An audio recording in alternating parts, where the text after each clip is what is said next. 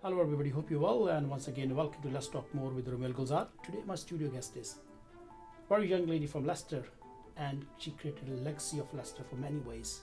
A lot of challenge when she's in school, been told she's not good enough. Let's find out more. Stay tuned, let's talk more.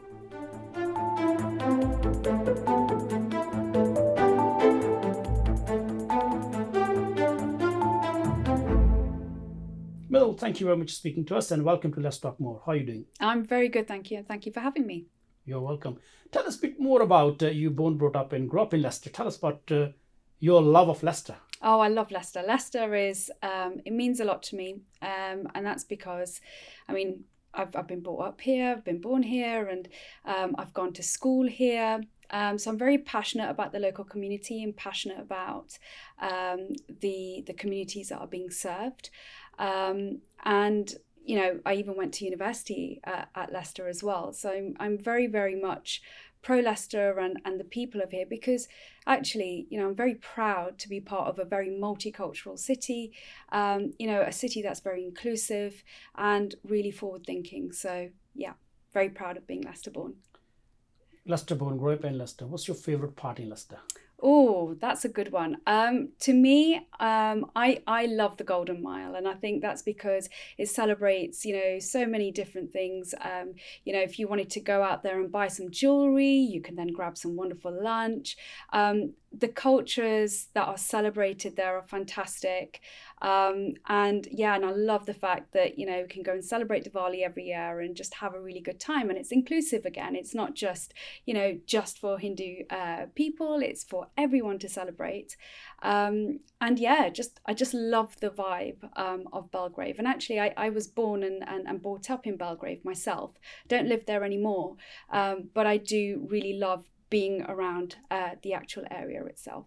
Basically, Leicester Diwali event, one of the annual events, is it not really just attracting one religious or caste or race. It's bringing all people together. It's a fantastic event. 40,000 people join every year. Yeah. And that's really amazing. Absolutely. And I think, what's been beautiful about it is that, so many people, different people from different cultures come to Leicester specifically for that event. And I think that's, it's kudos to Leicester to sort of celebrate that, but also host such an event as well. And it makes me very, very proud.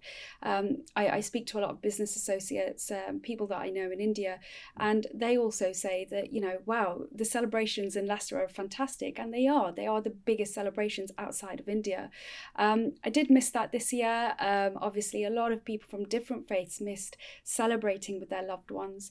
And hopefully we'll be able to get back to that position where we all can celebrate each other's festivals in a way that we used to. Definitely, we're looking very promising, and hopefully June is not far, and then we bounce back and with the whole events. That's great. But let's talk about you graduated in Leicester, studying in Leicester, schooling in Leicester. 18 years ago, you have a big challenge in school. One of your teacher told you you're not good enough. Oh, yes. So growing up, I did very well at my secondary school, and I got very, very good grades for my GCSEs. And when I moved into a particular college, I remember feeling really stuck in chemistry. And I remember asking the teacher, I said to the teacher, I don't understand this. I'm finding this particular piece of work really hard. Can you go through it with me? I really want to get an A. And that teacher turned around and said to me, well, you're not good enough to get a D, let alone an A. So why are you bothering? Now, at that moment in time, my resilience wasn't great. And I didn't recognize that at that time. But from being a high achiever to then all of a sudden being told you're not good enough when you're actually already a perfectionist as well, had a severe impact on my mental health. And I didn't realize that it had an impact on my mental health at that particular point in time. Slowly, my behavior started to change from that really great student to all of a sudden being not very good. And essentially, shying away from chemistry, not turning up to my classes. And so I recognize actually that's sabotaging behavior. I started to really not enjoy school. And because of that led me to sort of start again. I had to switch colleges, I had to change, and I had to start a new journey, and I recognized that. It was only when I went to this new college and I met my new chemistry teacher, Anne, I realized that actually, you know what?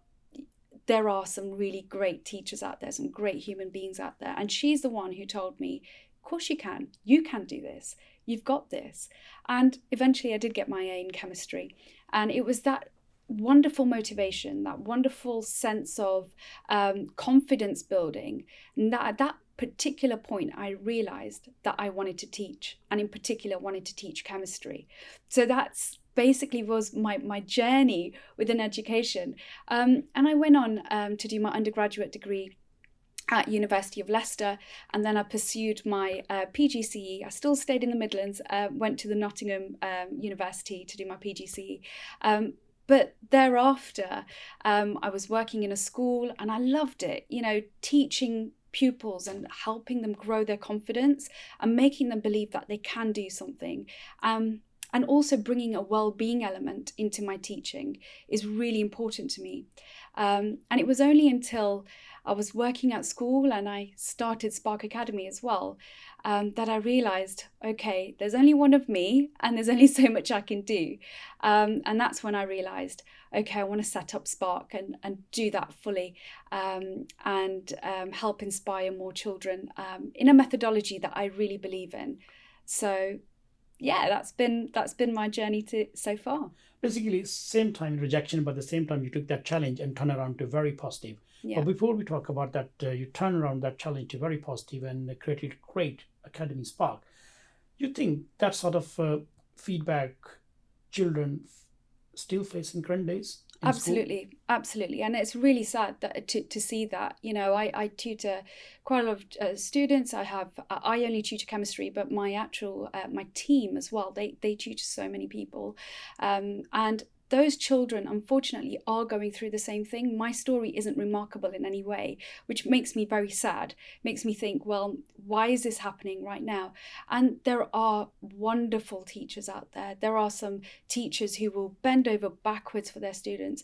And unfortunately, it's only a handful of teachers who may have got to the end of their career and felt like, you know what, we've had enough, and felt like they've done their bit. So, you know, and unfortunately, in the teaching profession, there is a lot of pressure, you know, in the environment. And currently, teachers are doing a fantastic job in schools.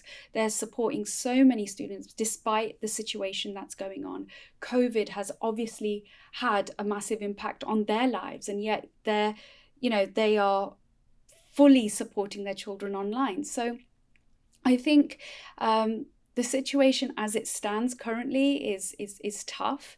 But unfortunately, yes, I do come across children who are still going through the same thing as I am. What could be done, and what's your advice being as a teacher? So I really believe in this. I think that it's very, very important for students to check in with themselves and to have really great wellness habits in place.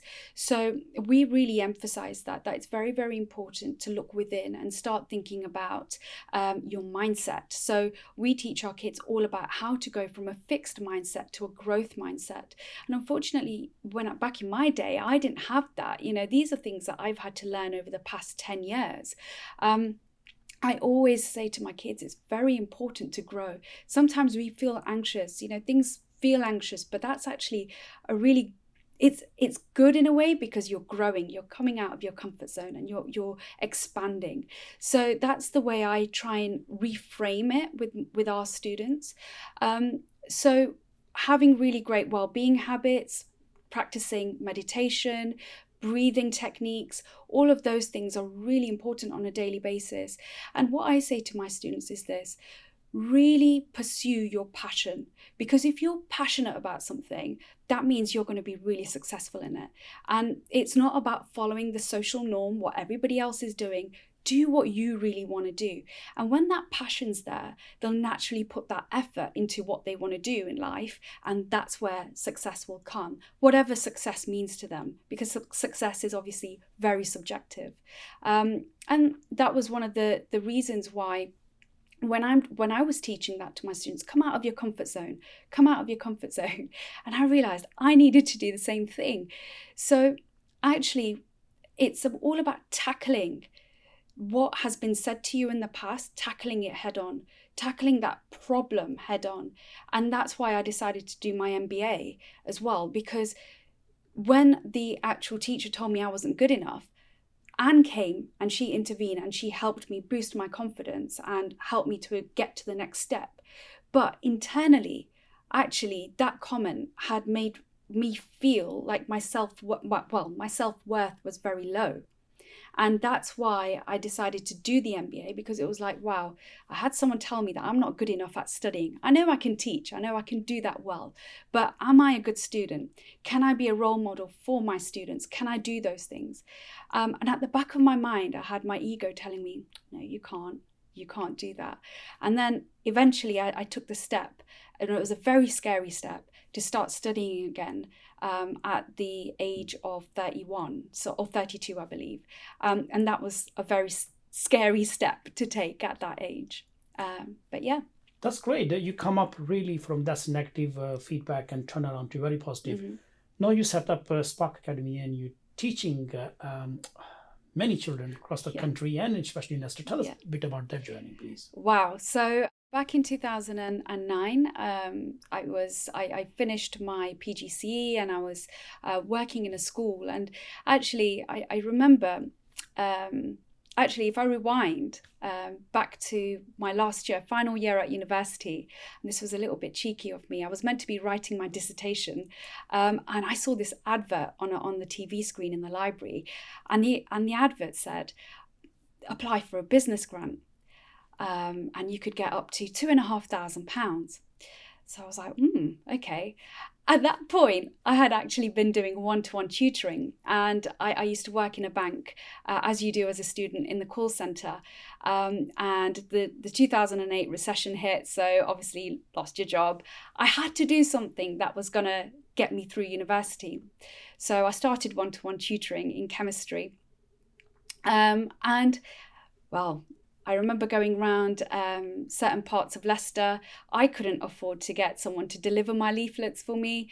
In fact, I couldn't even get someone to design those leaflets for me. I just printed off my name and number, need tutoring, on a piece of paper, and I went round about 100,000 homes and just delivered it there. And then, fortunately, I had 2 people out of the 100,000 homes that called. And from those 2 people, honestly, I'll always remember them. We're still great friends. I tutored their children, and then word started passing around. And, 2 people turned into 10 students, 10 students turned into 20 students, and it just kept growing. And then whilst I was working as a school teacher, the pressures of teaching in school, I remember coming home one Easter holiday, and I had a pile of marking this high to do over the Easter holidays, and I had my Spark students. And I realized, okay, I can't do both anymore. Something's got to give way. What are you more passionate about? And I was really passionate about Spark because, it's my creation. It's something that I just wanted to help students in small groups, because I felt that I had a bigger impact. And that's when we had the centre in Oadby. So we had that there. That was fully established. But I saw property on Melton Road, and that was it for me. I saw that and I was like, right, I need to purchase that, and I need to turn that into a full-blown centre of my dreams, so that I can help inspire so many more and take on a team of tutors that feel passionate about educating students as much as I do. So, yeah. Very inspiring, Mital, from 2 students to 100 students and goes on. Yeah. That's fantastic. Recently, not long ago, you picked up quite major award. So multi-award winning and award winning teachers. Tell us about that journey. So yeah, I'm very fortunate. I'm very grateful to have been recognised by various bodies, with regards to Spark and with regards to the entrepreneurial traits that I may have, and it's wonderful to be recognised that way, and especially being a woman as well. I think a woman in business, because it's not been an easy journey. When I first started Spark Off, and I remember there were certain people who would come in and make a few comments and think that they could get away with certain things because of my gender. So that was really interesting in terms of my journey. But being recognised is wonderful. The most recent couple of recent recognitions was our digital transformations in our business, and we got the best business for digital transformation in 2020. So for in the year of the pandemic, to get that was phenomenal, because we've invested heavily in terms of our digital infrastructure and how we help our students online. And in fact, we're able to support our students so much more now than we've ever been before. Our students are able to instant message their tutors, we're able to do live calls and so many great things, automatic assessments. So that got recognized, which was wonderful. But the most recent personal achievement was the MBA Student of the Year award, and that for me, I'll be honest with you, was it made me cry. I literally cried, because it was a personal journey that I had been on, where I obviously felt that I wasn't good enough because that teacher had told me that, and a series of events thereafter led me to believe those things. Doing the MBA at the University of Leicester was an incredible journey. I remember starting and feeling, wow, I'm amongst these amazing business professionals, and there's little old me from Spark Academy, along there with people who work in the NHS, with amazing people who work for Johnson & Johnson and Coca-Cola and these massive companies, and there's little old me. So growing my confidence in that environment was essential. And I remember I had to keep up. I had to keep up with my peers, because they came from very extensive business backgrounds. Many of them did finance, many of them did economics, all of those things. And there's me from a very science background coming in. And so it made me realize, okay, I need to step my game up, but I enjoyed it. I enjoyed learning. For the first time ever, I felt that, wow, learning, it made me feel so enthusiastic, so passionate. And it made me think, wow, everything that I'm learning, I'm able to apply to my business. I'm able to directly apply it, make those changes. And actually it made me realize I was in a fortunate position. Many of my peers on my course, they work for these massive companies, and to enforce a change or make any tweaks, they'd have to go through many changes and many processes. Whereas me working with my team, when we're a small team of tutors, we're able to make those changes very, very quick. So going through the exam process, which was very unnerving, because every time I thought of exams, I associated exams with failure, and associating doing assessments with anxiety or nervousness. I didn't feel like that this time around. I just stepped into the game, and I literally took on the same advice I gave to my students to myself, and I was like, right, I'm going to make a go of this. And results came out. So after a 2.5-year journey, results came out, and actually I managed to get distinction, which was fantastic. So that for me was the biggest achievement. But then being nominated for MBA Student of the Year by the University of Leicester, and this was a global award, I was completely humbled and really honoured to be nominated, and then to win was phenomenal. And I remember specifically saying this in my speech. I wish and I hope that this inspires all those students out there who feel that they're in a place where they can't achieve, or they feel that they feel that inhibited in any form of way. I want them to feel that they can do this. They put their mind to it, focus in on themselves, work on them internally, work on your energy, and also, work solidly towards your goals. That's really, really important. Mittles, thank you for speaking to us. What a fantastic story. And really, really, that's when we broadcast is not inspiring once, and I believe for many, it's learning that people who have in their life an activity, but can't hold it for it and make it. I believe you're a game changer and you change yourself and you can change many lives, especially teaching all these young people. Thank you very much for watching. I hope you enjoyed Mittal's Thanki story, multi-award winning and global award winning. What a game changer. I enjoyed it. Let's inspire ourselves and inspire others. I will be back next week with a new guest, new life story. Stay tuned. Let's talk more.